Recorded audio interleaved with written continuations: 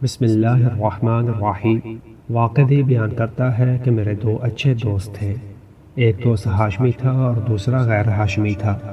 اتفاق سے عید کے دن قریب آ گئے اور ہمارے گھر میں فاقوں کی نوبت تھی۔ میری بیوی نے کہا عید کے دن میں اور آپ کسی نہ کسی طرح صبر کر لیں گے، مگر ہمارے چھوٹے بچے جب لوگوں کے بچوں کو رنگ برنگے کپڑے پہنے ہوئے دیکھیں گے تو وہ صبر نہیں کریں گے، لہٰذا کسی سے قرض ہی کیوں نہ لو، بچوں کے لیے لباس ضرور خریدو۔ بیوی کے مسلسل اصرار پر میں نے اپنے ہاشمی دوست کو خط لکھا کہ میں اس وقت انتہائی پریشان ہوں، خدا کے لیے میری مالی مدد فرمائیں۔ چنانچہ میرے دوست نے میری طرف ایک تھیلی روانہ کی جس میں 1000 درہم تھے۔ ابھی میں وہ درہم لے کر گھر بھی نہیں گیا تھا، میرے دوسرے دوست کا مجھے رکا ملا جس میں اس نے تحریر کیا تھا کہ اس وقت جب عید قریب آ رہی ہے میرے مالی حالات انتہائی خراب ہیں، آپ میری مالی مدد فرمائیں۔ واقعی کہتا ہے میں نے وہی تھیلی کھولے بغیر اس دوست کی طرف روانہ کر دی اور شرمندگی کی وجہ سے گھر نہیں گیا، پوری رات مسجد میں گزار دی۔ جب صبح ہوئی تو میں گھر گیا، خیال تھا کہ میری بیوی میرے اس فعل پر میری سرزنش کرے گی، لیکن جب میں نے اسے پورا واقعہ سنایا تو اس نے ایک وقت میں کہا چلو اچھا ہوا تم نے ایک مشکل وقت میں اپنے غریب دوست کی مدد کر دی۔ ابھی میں اپنی بیوی سے گفتگو کر رہا تھا کہ دروازے پر دستک ہوئی۔ میں باہر آیا تو دیکھا کہ میرا ہاشمی دوست وہی تھیلی لیے کھڑا تھا جو اس نے مجھے بھیجی تھی اور میں نے اپنے دوست کو روانہ کی تھی۔ اس نے مجھ سے کہا میں نے جو تھیلی آپ کو روانہ کی تھی اس کا آپ نے کیا کیا؟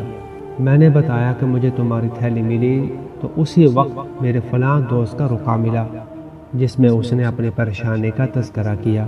میں نے اپنے دوست کو اپنی ذات پر ترجیح دی اور تمہاری ارسال کردہ تھیلی کھولے بغیر میں نے اسے روانہ کر دی۔ یہ سن کر میرا ہاشمی دوست ہنسنے لگا اور کہا کہ سنو، اصل واقعہ یہ ہے، جب تمہارا رکا مجھے ملا تو اس وقت میرے گھر میں یہی تھیلی تھی، میں نے وہ تھیلی تمہیں روانہ کر دی اور میں نے دل میں سوچا کہ اپنے اخراجات پورے کرنے کے لیے کس سے درخواست کروں۔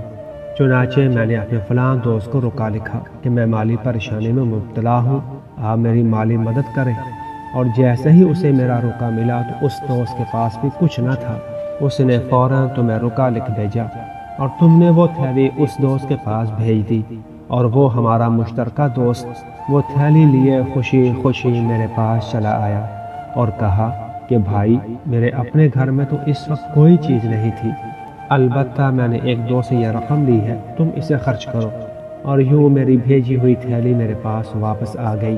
اب ہم اس 1000 درہم کو 3 حصوں میں تقسیم کر لیتے ہیں، اس میں سے 100 درہم تیری بیوی کو دیتے ہیں اور باقی رقم ہم تینوں آپس میں برابر تقسیم کر لیتے ہیں۔ چنانچہ میرے ہاشمی دوست نے اس رقم کو تقسیم کیا اور چلا گیا۔